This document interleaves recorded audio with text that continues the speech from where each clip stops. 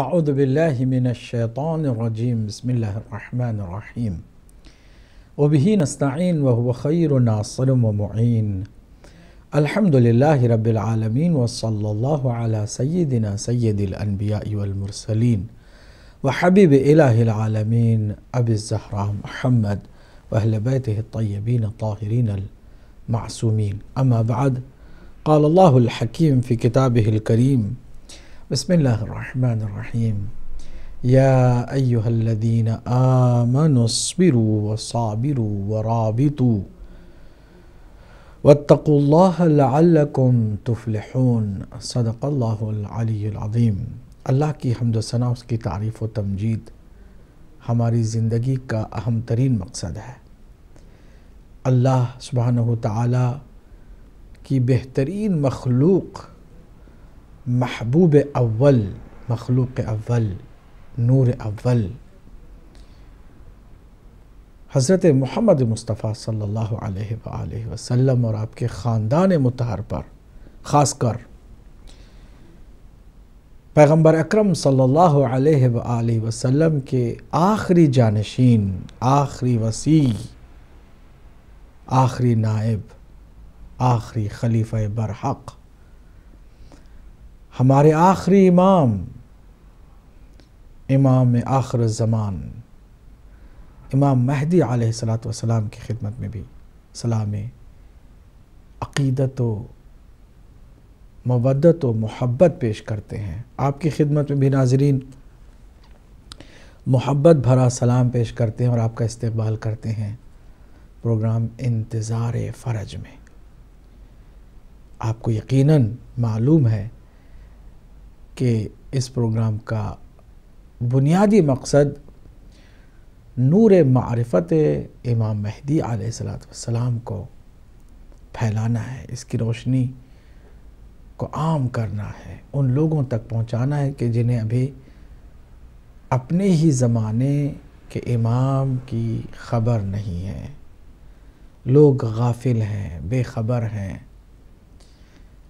اپنے ہی زمانے کے امام سے بالکل ہی دور جاہل ہیں، جبکہ ہر مسلمان کو اللہ کے نبی صلی اللہ علیہ وآلہ وسلم کے فرمان کے مطابق کہ الا ومن مات ولم یعرف امام زمانہ مات میتۃ جاہلیہ، آگاہ ہو جاؤ کہ اگر کوئی مر جائے اور اپنے زمانے کے امام کو نہ پہچانے تو اس کی موت جاہلیت کی موت ہے۔ اس فرمان کے ہوتے ہوئے کسی بھی مسلمان کو یہ حق حاصل نہیں ہے کہ وہ اپنے زمانے کے امام سے بے خبر رہے، جاہل اور نادان بنا رہے۔ غافل ہونے کی کسی کو بھی ذرہ برابر گنجائش حاصل نہیں ہے۔ اور ادھر سے اللہ سبحانہ وتعالی کا اعلان کہ یوم ندعو کل اناس بامامہم، ہم انسانوں کے ہر گروہ کو اس کے امام کے ساتھ آواز دیں گے قیامت کے دن۔ تو پھر ہر کسی کو معلوم ہونا چاہیے کہ ہر زمانے میں اس کا کوئی امام ہے۔ کیا امام جو اللہ سبحانہ وتعالی کی جانب سے منصوص ہے، ہماری ان لاپرواہیوں سے واقف اور واقف نہیں ہے اور خبردار نہیں ہے؟ یقیناً خبردار۔ سورہ آل عمران کی آخری آیت اور بہت ہی پرمعنی آیت کہ جس میں موجودہ حالات اور پرآشوب زمانے میں رہنے والوں کے لیے گویا ابھی ابھی نازل ہوئی ہے، اس قدر تازہ، بامعنی اور زبان حال کے تقاضے کو بیان کرنے والی آیت شاید ہی کوئی اور ہو۔ اللہ سبحانہ وتعالیٰ نے 4 پے در پے احکام جاری کیے ہیں اس ایک آیت کریمہ میں۔ گویا آج کے زمانے میں ان مظلوموں کی دلجوئی، ہمدردی اور مرہم زخم مظلوم بن کر نازل ہوئی ہے۔ 4 چیزوں کا حکم ہے۔ اے ایمان والو، اسبرو، صبر کرو۔ دجالی قوتیں تم پر یلغار کیے ہوئے ہیں، چڑھائی کیے ہوئے ہیں، ظلم کا بازار گرم کیے ہوئے ہیں، عاشقان امام مہدی پر حملے ہو رہے ہیں، لاشوں کے ڈھیر نظر آتے ہیں، کراچی ہو، کوئٹہ ہو، پارا چنار ہو، یا عراق میں ہو، یا بحرین میں ہو، یا آج کل شام کے جو حالات ہیں وہاں ہو، یہ لاشیں جو اٹھائی جا رہی ہیں، پہلی چیز کہ جو دلوں کو سکون عطا کرتی ہے اللہ سبحانہ وتعالیٰ کا یہ حکم، اسبرو، صبر سے کام لو۔ صبر سے ہرگز یہ مطلب نہیں نکالا جا سکتا کہ ہاتھ دھرے خاموش ہو جاؤ، نہیں، صبر کا مطلب خاموش بیٹھنا نہیں ہے، ہاتھ پر ہاتھ دھرے رہنا نہیں ہے۔ صبر کرنے کا مطلب ہے ثابت قدم ہونا، اپنے ایمان پر ڈٹ جانا۔ دیکھو کس طرح سے مومنین ڈٹے ہوئے ہیں، علم لے کر جب جلوس میں نکلتے ہیں، بم پھاڑے جاتے ہیں، دہشت گردی پھیلائی جاتی ہے، مگر یہ علم چھوڑ کر بھاگنے والوں میں سے نہیں ہے۔ یہ صبر ہے، یہ استقامت، یہ ثابت قدمی، یہ حوصلوں کے ساتھ ڈٹ جانا اپنے عقیدے پر۔ صبر نہیں تو کیا ہے؟ وَصَابِرُوا، اور اگر کسی کا ایمان ڈاواں ڈول ہوتا ہو، کہیں سے کوئی شک کا اظہار کرنے لگے کہ ہمارے زمانے کا امام زندہ ہے تو کہاں ہے، کیوں نہیں ہماری فریاد کو پہنچتا، کیوں نہیں کوئٹہ کے مومنین کی ان خستہ حالات پر نظر کرم فرماتا، کیوں نہیں کراچی کے مومنین کے لیے، کیوں نہیں بحرین کے مومنین کے لیے، کیوں نہیں عراق کے مومنین کے لیے، کیوں نہیں شام میں مومنین کی مدد کے لیے وہ پہنچتا۔ ہو سکتا ہے کہ کوئی اس بات کو لے کے شک و تردید کا شکار ہو جائے۔ صابرو، دوسرا حکم ہے کہ اسے صبر کی تلقین کرو، سمجھاؤ کہ حوصلہ رکھو، اور صبر کہ اس امتحان میں فیل نہ ہو جاؤ، شک نہ کرو۔ لوگ تانے دیتے ہیں، لوگ طنز کرتے ہیں، لوگ مذاق اڑاتے ہیں، کہاں ہے ان کا 12واں امام، کہاں ہے ان کا وہ امام کہ جس کے انتظار میں یہ بیٹھے ہوئے ہیں، کیوں نہیں ان کی مدد کو پہنچتا۔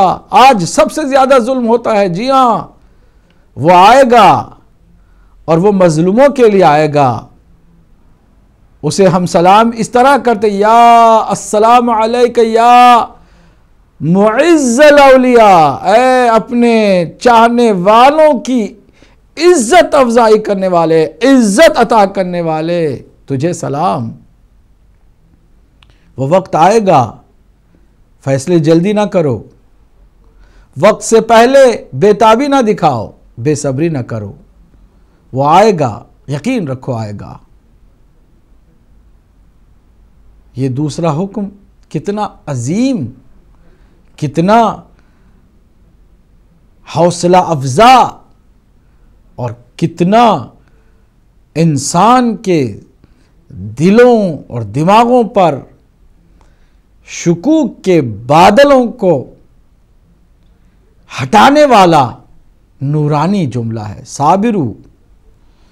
اور تیسری چیز جس کی سخت ضرورت ہے کہ جہاں تم صبر کرو، دوسروں کو صبر کرنے کی تلقین کرو، وہیں اپنے پروردگار، اپنے رسول اور اپنے امام سے رابطہ بھی قائم کر لو۔ وَرَابِطُوا،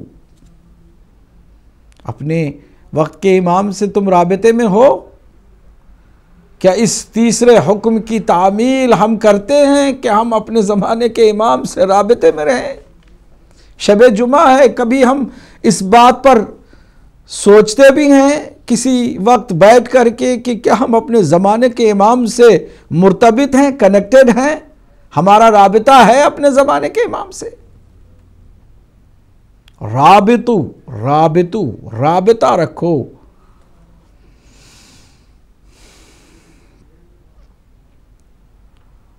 اور چوتھا حکم جس کو قرآن نے بار بار دہرایا ہے، وَاتَّقُوا اللَّهَ، اور اللہ کا تقوی اختیار کرو۔ کسی سے خوف نہ کھاؤ سوائے اللہ سبحانہ تعالیٰ کی ذات کی، کسی کے سامنے گھٹنے نہ ٹیکو سوائے اللہ سبحانہ تعالیٰ کی بارگاہ کی۔ اس پیشانی کو اتنی عزت تم خود دو کہ ہر در پہ نہ جھکے سوائے در معبود حقیقی کے۔ یہ کون عزت دے سکتا ہے؟ یہ ایک سجدہ جسے تو گراں سمجھتا ہے،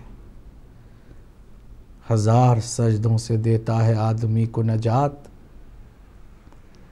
واتقوا اللہ۔ اب ان 4 احکام کی ہم آج کے اس پرآشوب دور میں تعمیل کرنے کی کوشش کریں گے تو اس کا رزلٹ بھی اللہ سبحانہ تعالیٰ نے واضح کر دیا، لعلکم تفلحون، تاکہ تم کامیاب ہو جاؤ، فلاح پا جاؤ، تم وکٹوریس ہو جاؤ، تم ہی ونر بنو، دنیا پر تمہارا غلبہ۔ انتم الاعلون ان کنتم مؤمنین، اگر تم مومن ہو تو تم ہی سربلند ہو، تم ہی غالب ہو۔ الحق یعلو ولا یعلی علیہ، حق ہمیشہ غالب اور برتر ہوتا ہے، اس پر کسی چیز کو غلبہ حاصل نہیں ہوتا۔ عزیزو، شب جمعہ ہے۔ گزشتہ پروگرام میں ہم نے عرض کیا تھا کہ رابطے میں جو امام زمانہ کے ہوتے ہیں وہ کس طرح ہوتے ہیں؟ امام غائب اس معنی میں نہیں ہے کہ وہ کسی جگہ پر چھپ گئے ہیں اور ہماری دسترسی سے بالکل ہی دور ہیں، ہرگز نہیں۔ اگر کوئی غیبت کا مطلب یہ سمجھتا ہے تو نادان ہے۔ امام وقت علیہ آلاف التحیت والثناء کے بارے میں جو عقیدہ ہے وہ یہ کہ وہ ہے تو کائنات کا یہ نظام ہے، وجودہ لطف، اللہ سبحانہ تعالیٰ کا لطف ہے کہ وہ موجود ہے، وہ کچھ بھی نہ کرے، صرف اس کا موجود ہونا زمین و زمان کی بقا کا ضامن، وہ ہے تو سب کچھ ہے۔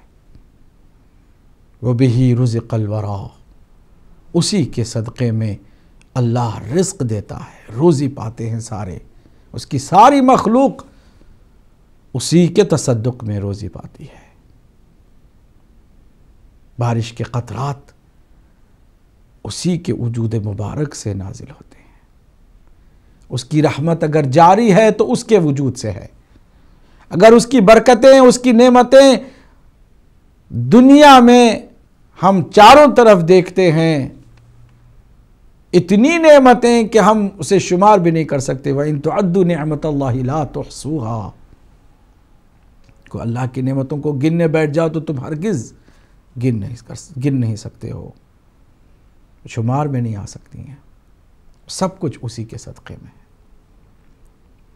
دوسرا جملہ نورانی جملہ، وَتَصَرُّفُهُ لُطْفٌ آخر، اور اگر وہ موجود ہو کر تصرف کا حق رکھتا ہے، وہ ولی خدا ہے، ولایت مطلقہ کا حامل، تو پھر یہ دوسرا لطف ہے اللہ سبحانہ تعالیٰ کا کہ وہ اپنے اس ولی خاص کو تصرف کا حق دیے ہوئے ہیں۔ تیسرا نورانی جملہ وَالْغَيْبَةُ مِنَّا، لیکن اگر ہم دیکھ نہیں سکتے ہیں اس ولی خدا کو تو اس میں قصور نہ اللہ کا ہے نہ ولی خدا کا ہے، بلکہ اس میں ہمارا اپنا قصور ہے کہ ہم اپنے گناہوں کی وجہ سے اس کے دیدار سے محروم ہیں۔ جب بھی ہم گناہوں کے پردے چاک کریں گے اس کے جمال مبارک کو دیکھ سکیں گے۔ جس طرح سورج بادلوں میں گھرا ہوتا ہے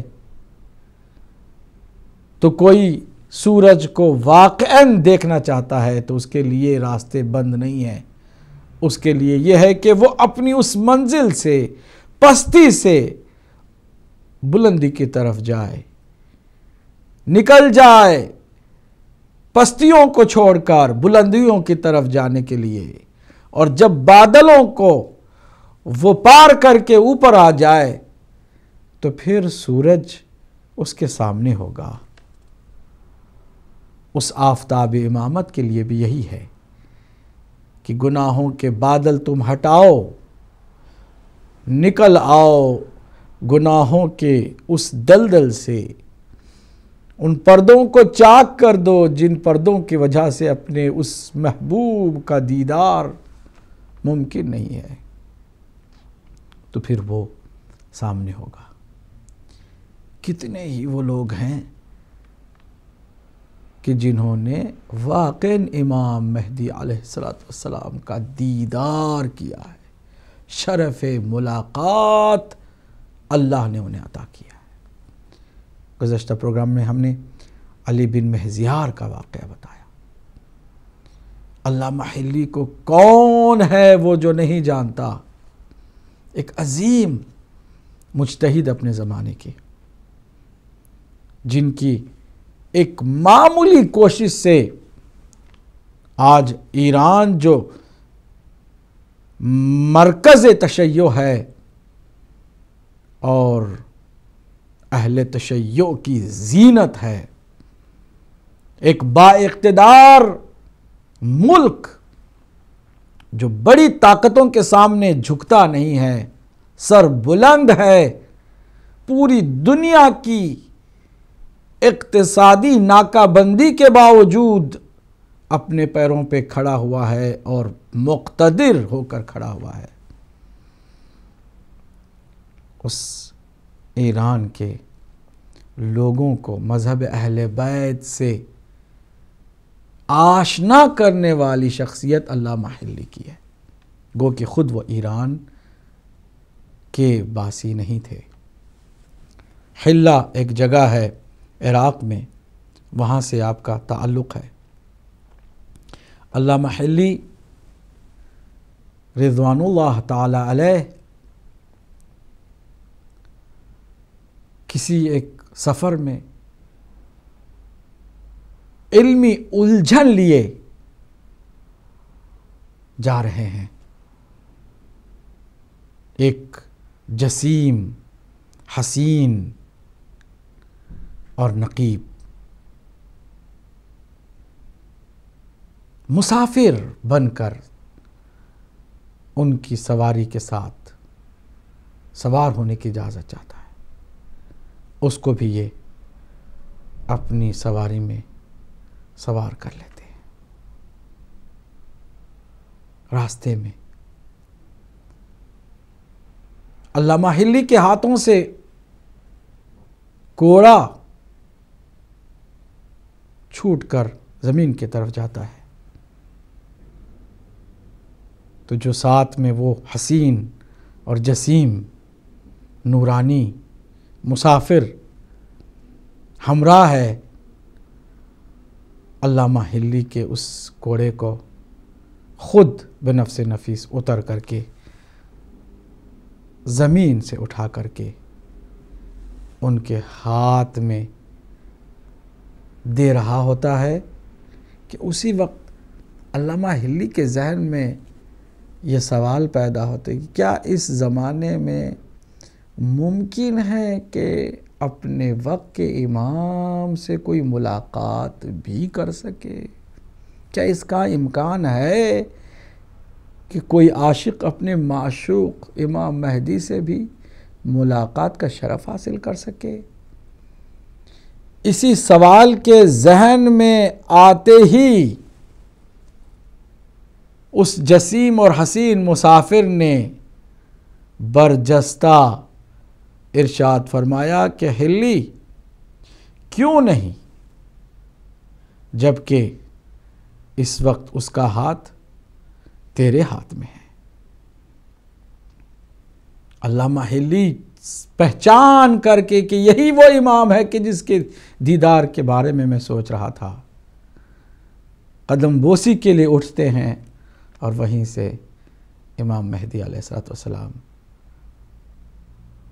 ان سے جدا ہو جاتے ہیں، نظروں سے اوجھل ہو جاتے ہیں۔ کتنے ایسے واقعات ہیں، یہی علامہ ہلی ہے کہ ان کے بچپن کا ایک استاد اہل سنت کا بہت بڑا عالم، اس نے کتاب لکھی ہے شیعیت کے خلاف، مذہب تشیع کے خلاف، اور وہ کسی کو دیتا نہیں اس ڈر سے کہ کہیں کوئی اس کا جواب، علمی جواب نہ دے دے۔ ظاہر ہوئی، سینے سے لگایا، میرے سر پہ ہاتھ پھیرا، جاؤ سید، اللہ نے تمہارے لیے سارے دروازے کھول دیے ہیں علم کے، معرفت کے۔ اس کے بعد کیا تھا کہ ہر سبجیکٹ میں آپ کو مہارت حاصل ہونے لگی، یہاں تک کہ اپنے زمانے کے سارے علماء مراجع نے کہا کہ آپ بحر العلوم ہیں، کسی ایک سبجیکٹ میں نہیں، آپ علوم کا دریا ہیں جو بہا رہے ہیں۔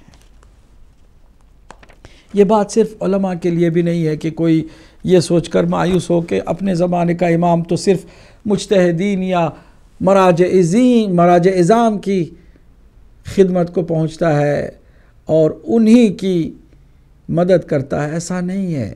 امام مہدی سب کے ہیں، چاہے وہ عام غریب مفلس ہو، چاہے وہ تاجر ہو، چاہے وہ عالم ہو، چاہے وہ حتیٰ چھوٹی معمولی سی دکان چلانے والا دکاندار ہو، کوئی بھی ہو، امام کسی کے اسٹیٹس کو ظاہری نہیں دیکھتے، صرف یہ دیکھتے ہیں کہ ہم کتنے پاک ہیں، کتنی پاکیزگی کے ساتھ اپنے اس معشوق اور محبوب کی یاد میں تڑپتے ہیں، کتنا ہمارے اندر اس سے ملنے کا جذبہ ہے جو بار بار ابھرتا ہے۔ ہم تو اپنی دنیا میں، اپنے حالات میں ایسے چور ہیں جیسے ہمارا کوئی امام نہیں، جیسے کوئی ہمارا خدا نہیں، جیسا کوئی ہمارا رسول نہیں۔ دنیا داری میں ایسے ہم لگے ہوئے جیسے ہمارا کسی سے واسطہ نہیں۔ وَرَابِطُ، رابطہ قائم کرو اپنے رب سے، رابطے کے لیے نماز، اپنے رسول سے رابطے کے لیے درود ہے، اور زمانے کے امام سے رابطے کے لیے دعائیں ہیں، مناجات ہیں۔ مسجد سہلہ ہے، مسجد کوفہ ہے، مسجد جمکران ہے، خانہ کعبہ کے اطراف موسم حج میں وہ ہے جس کی تلاش میں جو نکلتا ہے، جو ڈھونڈتا ہے وہ پا جاتا ہے۔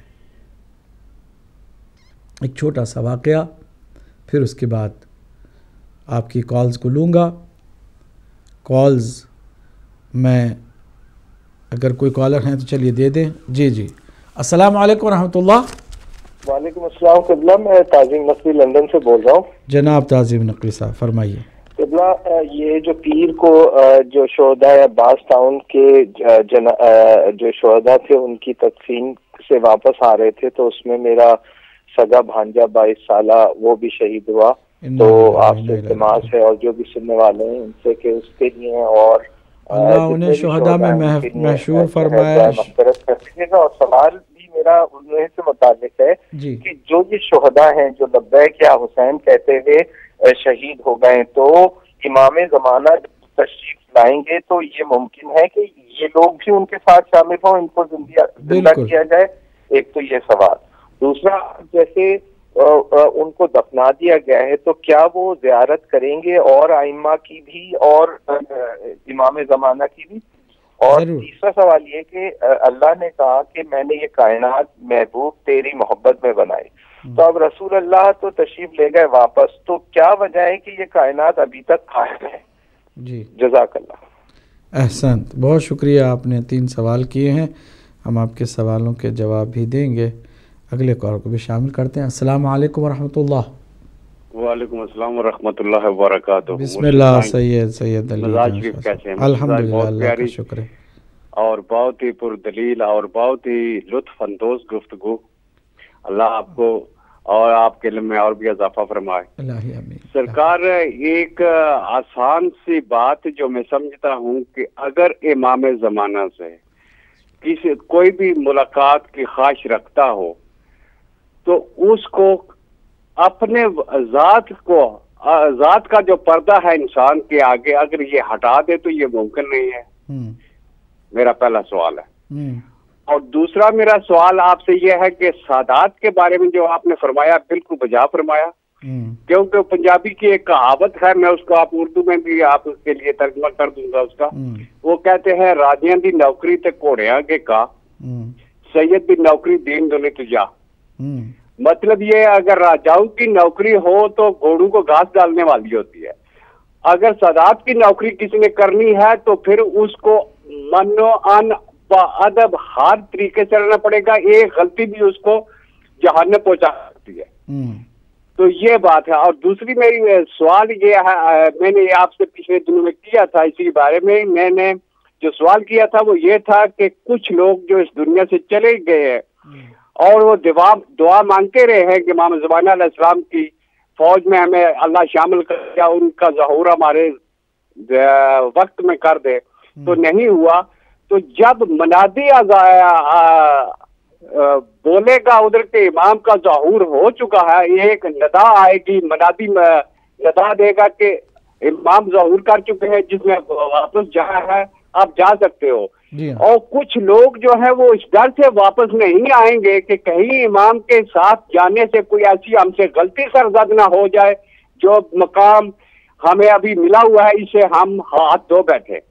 تو میرا سوال آپ سے یہ ہے, میں اپنا سوال سمجھا سکتا ہوں؟ بالکل. اور یہ دوسرا ایک اسی کے سے ملتا جلتی یہ بات بھی کہ ہم دعا مانگتے ہیں کہ امام آ جائیں. اگر امام آ جائیں تو ہم سے کوئی ایسی غلطی ہو جائے کہ جو ہمیں دین و دنیا سے لے جائے, تو کیا ہمیں یہ واقعی دعا دل سے مانگنی چاہیے کہ امام کا ظہور ہو جائے؟ اگر ہم ان کے زمان میں نہ ہوں تو کوئی ایسی غلطی بھی نہیں ہوگی, تو اللہ شاید ہمیں معاف بھی کر دے. شکریہ. ٹھیک ہے, انشاءاللہ. جزاک اللہ. بہت ہی عمدہ سوال ہیں اور آپ کے سوالوں کے جواب بھی ہم دیں گے اگر کوئی کالر.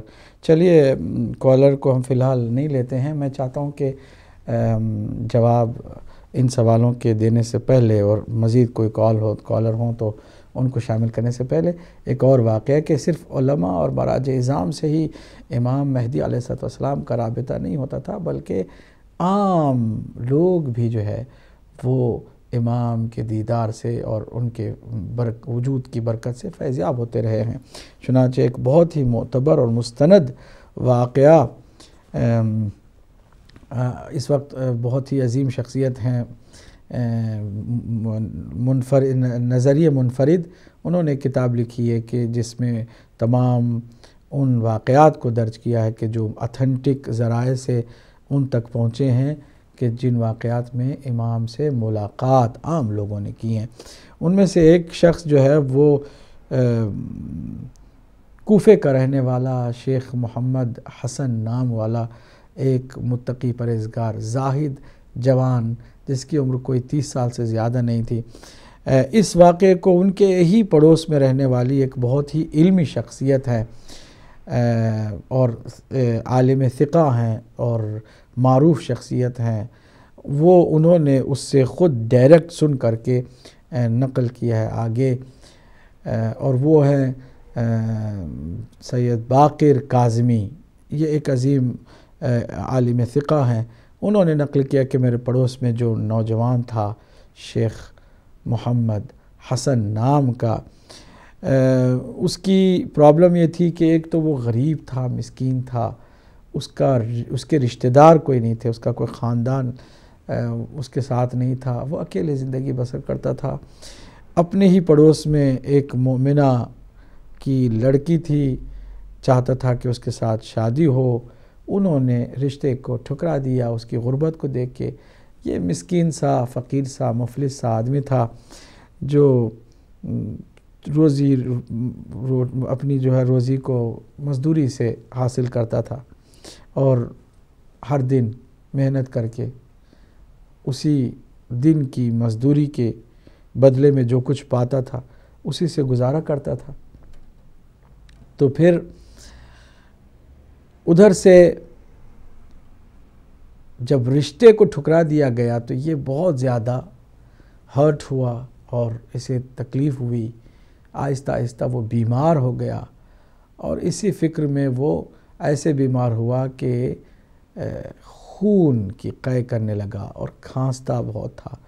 جس کے بعد اس نے کسی سے پوچھا کہ میری اس مشکل کو کہاں سے میں آسان کروں، کیا کروں کہ میری یہ مشکل دور ہو جائے. تو کسی نے کہا کہ دیکھو تم شیعہ ہو، اپنے زمانے کے امام کے موجود ہونے کو مانتے ہو، تو کیوں نہیں تم مسجد کوفہ جاتے یا مسجد سہلا جاتے، جا کر کے تم 40 دن نمازوں کے ذریعے، دعاؤں کے ذریعے، مناجات کے ذریعے سے اپنے زمانے کے امام کو پکارتے. ممکن ہے کہ امام تمہاری مدد کو پہنچے اور تمہاری یہ جو بے کسی اور یہ جو لاچاری ہے اس کا خاتمہ ہو.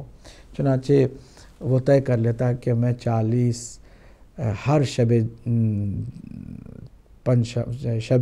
چہارشنبہ یعنی بدھ کی ہر رات، دن منگل کا ہوتا ہے اور بدھ جو کل آنے والی ہے شب چہارشنبہ جسے کہتے ہیں، اس وقت کو اس نے چنا اور وہ پیدل وہاں سے جاتا، اور اس نے ہر رات مسجد کوفہ میں اپنے زمانے کے امام کو پکارنے کے لیے نمازیں پڑھنی شروع کر دی، مناجات کرنی شروع کر دی.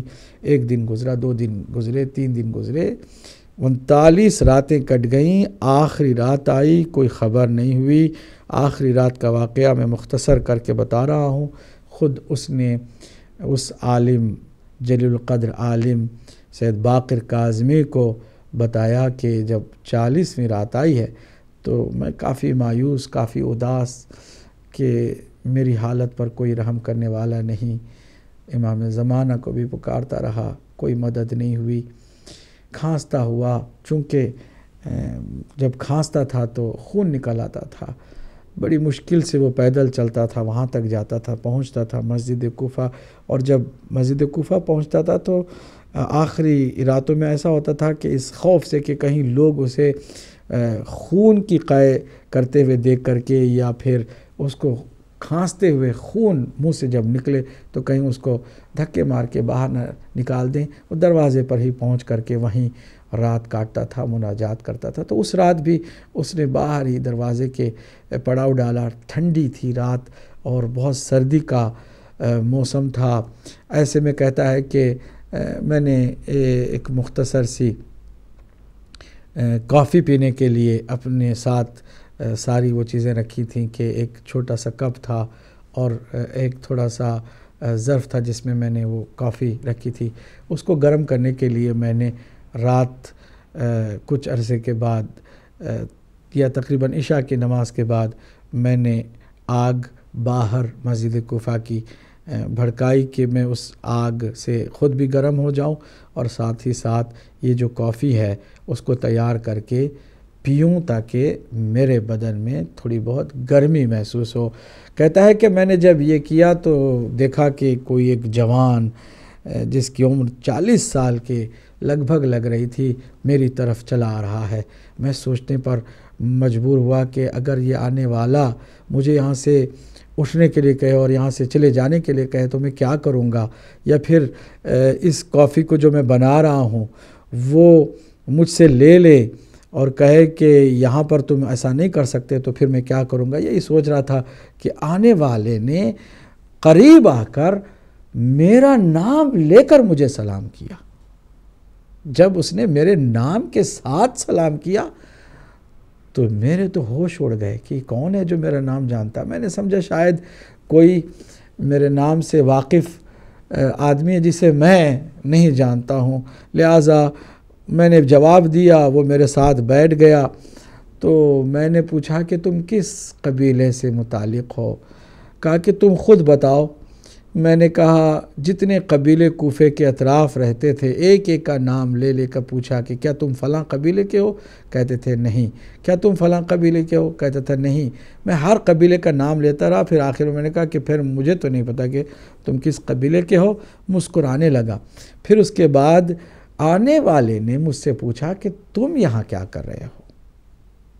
میں نے کہا رہنے دو، تمہیں کیا فائدہ ہوگا بتانے کا، ویسے بھی اپنی آرزو، اپنی تمنا، اپنی دعا کسی اور کے سامنے بیان نہیں کرنی چاہیے۔ کہا نہیں کوئی بات نہیں، کوئی نقصان نہیں ہوگا اگر تم مجھے بتاؤ، بتا دو۔ کہتا ہے کہ چلیے ایسا کرتے ہیں کہ ہم بتاتے ہیں اپنا واقعہ، لیکن یہ چائے وہ جو کافی ہے تھوڑی سی تیار ہو جائے تو آپ بھی پئیں میں بھی پیوں گا۔ ایک ہی کپ تھا تو اس میں چائے وہ کافی بھر کے میں نے ان کے سامنے رکھا، انہوں نے اس کو لیا اور لے کر کے ایک گھونٹ پیا، اس کے بعد کہا کہ یہ اب باقی کا تم پیو، مجھے دے دیا۔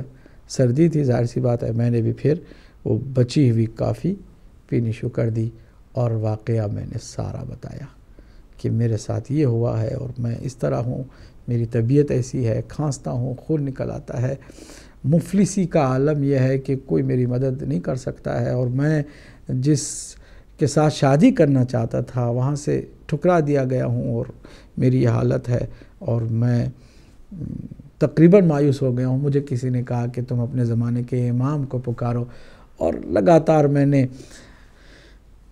ان راتوں میں آ کر کے یہاں اپنے آقا کو، اپنے مولا کو پکارا ہے، آواز دی ہے، لیکن یہ آخری میری رات ہے، کچھ آثار نہیں دکھائی دیتے ہیں۔ اس پر آنے والے نے مسکرا کے کہا کہ یہ پہلی تمہاری جو بات ہے کہ تم بیمار ہو، اب اس کے بعد تم بیمار نہیں رہو گے اور تم نہ کھانسو گے نہ تمہاری طبیعت خراب ہوگی، یہ تو ہو گیا کام۔ دوسرا کام کہ تمہاری شادی نہیں ہوئی، ایک ہفتے کے اندر اندر اسی کے ساتھ جس کا تمہارا پہلے رشتہ تم خود چاہتے تھے اور جس کے عشق میں تم اس طرح اپنے آپ کو پریشان اور بیمار کر بیٹھے ہو، وہ بھی تمہارا ہو جائے گا۔ باقی رہی تمہاری مفلسی، یہ تو تمہارے ساتھ ہی رہے گی یہاں تک کہ تم اس دنیا سے چلے جاؤ گے۔ میں نے اس کو کسی ایک ہمدرد کی ہمدردی کا نتیجہ ہی سمجھا، کوئی توجہ میں نے نہیں دی۔ اس کے بعد میں نے کہا کہ چلو چلتے ہیں روضہ حضرت مسلم ابن عقیل پر، جا کے وہاں بیٹھتے ہیں، کچھ زیارت پڑھتے ہیں، کچھ آپ کے ساتھ بیٹھ کے میں وقت گزاروں تاکہ یہ رات بھی کٹ جائے اور میرا ایک کام بھی تمام ہو۔ کہا کوئی بات نہیں۔ وہ اٹھے، انہوں نے کہا کہ پہلے مسجد میں تم نہیں آتے؟ کہا مسجد میں اور میں؟ کہا کوئی بات نہیں، چلو میرے ساتھ۔ ان کے ساتھ میں پیچھے پیچھے مسجد میں گیا۔ کہا کہ مسجد میں تم آ گئے ہو تو 2 رکعت نماز تحیت نہیں پڑھو گے؟ میں نے کہا کہ کیوں نہیں، ارادہ تو ہے۔ کہا بسم اللہ تم نماز پڑھو، اور میں بھی 2 رکعت نماز پڑھتا ہوں۔ کہے کہ وہ کھڑے ہو گئے، انہوں نے نماز شروع کر دی۔ میں نے بھی نیت کی، لیکن میری توجہ ساری اس کی طرف تھی کہ وہ جو قرات کے ساتھ، وہ جو حسین لب و لہجے کے ساتھ قرآن مجید کی سورہ حمد کی تلاوت کرنے لگے، میرے بدن پر تو اس کا ایسا اثر ہوا کہ میرے ذہن میں بات آئی کہیں یہی تو نہیں جو جس کے انتظار میں ہر رات ہوتا تھا، کہیں یہی وہ میرا آقا و مولا نہیں ہے کہ جو میری مدد کے لیے آ گئے ہیں؟ کیا یہی امام زمانہ امام مہدی تو نہیں ہے؟ یہی میں سوچنے لگا کہ اچانک دیکھا کہ ایک نور کا حلقہ اس کے اطراف میں آ گیا، اور پھر میں نماز کسی صورت میں جلدی جلدی تمام کر کے متوجہ ہوا۔ اب وہاں سے میری طرف کوئی بات اس سے نہیں ہو پا رہی۔ میں نے کہا آپ اگر امام زمانہ ہیں تو آپ نے وعدہ کیا تھا کہ میرے ساتھ مسجد اس میں حضرت مسلم کے روزے پر جائیں گے، تو کیا یہ وعدہ خلافی آپ کریں گے؟ مجھ سے بات بھی نہیں کر رہے ہیں۔ اشارہ کیا، میں سمجھ گیا کہ میں ان کے ساتھ چلوں گا، تو اس وعدے کو بھی انہوں نے پورا کیا، روزے حضرت مسلم تک پہنچے۔ میں پھر اس کے بعد اس نورانی چہرے کو دیکھ نہ سکا۔ صبح ہو گئی، محسوس میں یہ کرتا ہوں کہ واقعاً میری صحت ٹھیک ہو گئی ہے، کھانسی نہیں ہوتی ہے، بلغم اور خون میرے منہ سے نہیں نکلتا ہے۔ یاد آ گیا کہ اس نے کہا تھا، اس آنے والے نے کہا تھا، یہ یوسف زہرا ہے، یہ ملجا ہے، یہ مأوا ہے، یہ پناہ گاہ ہے ہماری، یہی وہ ہمارا وہ عظیم مددگار ہے، اور کوئی نہیں ہے ہمارا اس دنیا میں۔ اس آقا نے کہا تھا کہ صحت تو ٹھیک ہو گئی، وہی جو بچی ہوئی کافی میں نے پی تھی اس کے دہن مبارک سے صحت یاب ہو گیا، اور ایک ہفتہ بھی نہیں گزرا تھا کہ منتیں کرتے ہوئے اس کے ماں باپ آئے جس کی لڑکی کو میں نے شادی کے لیے رشتہ مانگا تھا۔ شادی بھی میری ہو گئی، البتہ مفلسی آنے والے آقا نے کہا تھا کہ مفلسی تو رہے گی، اسی کے ساتھ تمہیں مرنا بھی ہے، لہٰذا مفلسی جا نہیں رہی ہے، باقی سب کچھ ٹھیک ہو گیا۔ تو یہ واقعہ ہے، اس واقعے کو نقل کیا ہے۔ بہت سارے واقعات ہیں امام زمانہ عجل اللہ تعالیٰ فرجہ شریف کی سلامتی اور خوشنودی کے لیے آپ بھی درود پڑھیے اور ہم بھی درود پڑھتے ہیں۔ اللہم صلی علی محمد وعلی محمد وعجل فرجہم۔ اگر کوئی کالر ہیں تو دیں، ورنہ میں مختصر ان کے جواب دے کر چلیے جواب جلدی جلدی دے دوں، وقت ہمارا تمام ہوا چاہتا ہے۔ تعظیم نقوی صاحب لندن سے، امام زمانہ عجل اللہ تعالیٰ فرجہ شریف کے ظہور کے بعد کیا وہ شہداء بھی کہ جو لبیک یا حسین کر کے شہید ہوئے ہیں کراچی میں، کوئٹہ میں اور دیگر مقامات پر، کیا وہ واپس آ سکتے ہیں؟ اگر ان کے اندر تمنا رہی ہے امام مہدی علیہ السلام کے لشکر میں شامل ہونے کی، اسی لیے ہم کہتے ہیں کثرت سے دعا کیا کرے، تمنا کو ظاہر کیا کرے۔ کسی بھی فرشتے نے آمین کہہ دیا کافی ہے، یقیناً ایسا ہوگا کہ وہ دوبارہ امام کی خدمت میں واپس پلٹائے جائیں گے۔ دوسرا سوال ہے کہ کیا وہ اپنے زمانے کے امام کی زیارت سے بھی مشرف ہوں گے جو اس دنیا سے جا چکے ہیں؟ کیوں نہیں، وہ پردے سارے ہٹ جاتے ہیں۔ جب کوئی اللہ کی راہ میں بے گناہ بے خطا شہید ہوتا ہے تو پھر یقیناً وہ سارے پردے ہٹا دیے جاتے ہیں۔ اس کے اگر گناہ بھی رہے اس کے تو وہ گناہ سارے دھل جاتے ہیں اس کی شہادت کے ساتھ ہی، اور وہ یقیناً معصومین کی زیارت سے مشرف بھی ہوگا۔ دوسری اور تیسری بات جو آپ نے پوچھی، اسی سوال کے اندر جواب تھا کہ اللہ کے نبی کے لیے تو کائنات خلق ہوئی، لولا لما خلقت الافلاق، اے حبیب اگر آپ نہ ہوتے تو میں افلاق کو خلق نہ فرماتا۔ تو آپ کے پردہ فرما لینے کے بعد بھی یہ افلاق جاری و ساری ہیں، کیا اس سے یہ بات ثابت نہیں ہوتی کہ کوئی تو ہے کہ جو محمد مصطفیٰ صلی اللہ علیہ وآلہ وسلم کا جانشین ہے، جس کی وجہ سے اللہ نے سارا نظام جاری رکھا ہے؟ جی ہاں، بالکل اسی وسیع مصطفیٰ کو امام مہدی علیہ السلام کہا جاتا ہے۔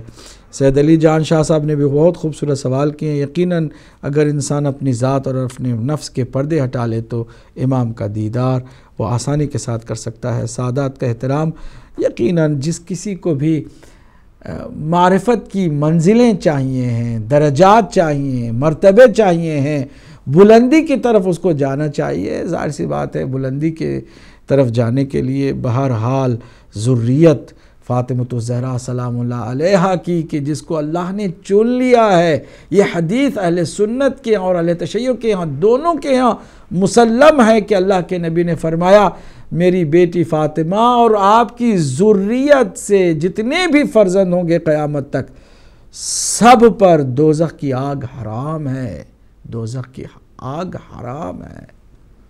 سادات اگر اپنی سیادت کو سمجھیں تو اسی دنیا میں وہ اپنے آپ کو آزما سکتے ہیں۔ دنیا کے درندے، وحشی جانور، ان پر سادات کا گوشت حرام کر دیا اللہ سبحانہ تعالیٰ نے، بدن کو آتش جہنم پر حرام کر دیا، اور درندہ وحشی جانوروں پر گوشت سادات کا حرام کر دیا اللہ سبحانہ تعالیٰ نے۔ درندے پہچانتے ہیں اس ذریت مطہرہ کو، یہ اور بات ہے کہ انسان اس سے زیادہ واقف نہیں ہے۔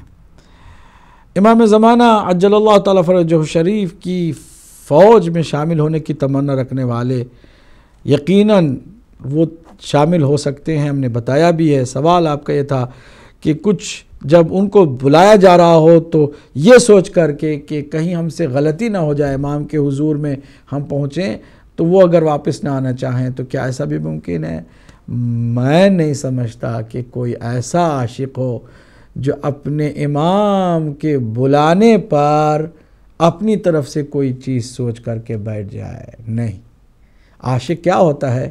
عاشق ہوتا ہے تم یہ جو تنور کا دہانہ کھلا ہوا ہے اس تنور میں کود جاؤ، تو یہ نہیں پوچھے گا کہ کیوں کودوں، فائدہ کیا ہے، کیوں میں جلوں، جلیں آپ کے دشمن، نہیں، کوئی بہانہ نہیں، وہ سیدھے تنور میں چلا جائے گا۔ اور یہ صرف ابراہیم کے لیے نہیں ہے، آج بھی ابراہیم سا ایمان ہو، اگر آگ کر سکتی ہے انداز گلستان پیدا، آج بھی وہ چیز ہے کہ ہم اس عشق کی منزل پر پہنچ جائیں۔ اپنی طرف سے کیوں سوچیں کہیں غلطی نہ ہو جائے، کیوں ہم ایسا سوچیں جب امام پکارے تو ہم کیوں نہ لبیک کہتے ہوئے آگے بڑھیں، اور یہ کیوں سوچیں کہ ہم سے کیا غلطی ہوگی کیا نہیں ہوگی۔ ہم جو بھی ہیں امام کی آواز پر لبیک کہیں گے تو عاشق ہیں۔ صحیح محبت والے بہانے کسی طرح کے نہیں کرتے کہ ہم غلطی نہ کر جائیں، امام کی شان میں کوئی گستاخی نہ ہو جائے۔ نہ بابا، امام نے آواز دی ہے، تم کیا ہو کہ تم اپنے بارے میں سوچو اور یہ سوچو کہ کہیں غلطی نہ ہو جائے۔ حالانکہ یہ سوچ اچھی سوچ ہے، لیکن جب پکارا جاتا ہے تو پھر سوچا نہیں جاتا ہے۔ اسی پر میں اکتفا کرتا ہوں اس دعا کے ساتھ کہ اللہ سبحانہ تعالیٰ ہم سب کو اپنے زمانے کا امام کا دیدار نصیب فرما، اس کی عالم حکومت ہم سب کو شریک و حصیدار فرما، ہمیں اس قابل بنا کہ ہم اس کے صحیح اور سچے ناصر اور منتظر بن سکیں۔ والسلام علیکم ورحمۃ اللہ وبرکاتہ۔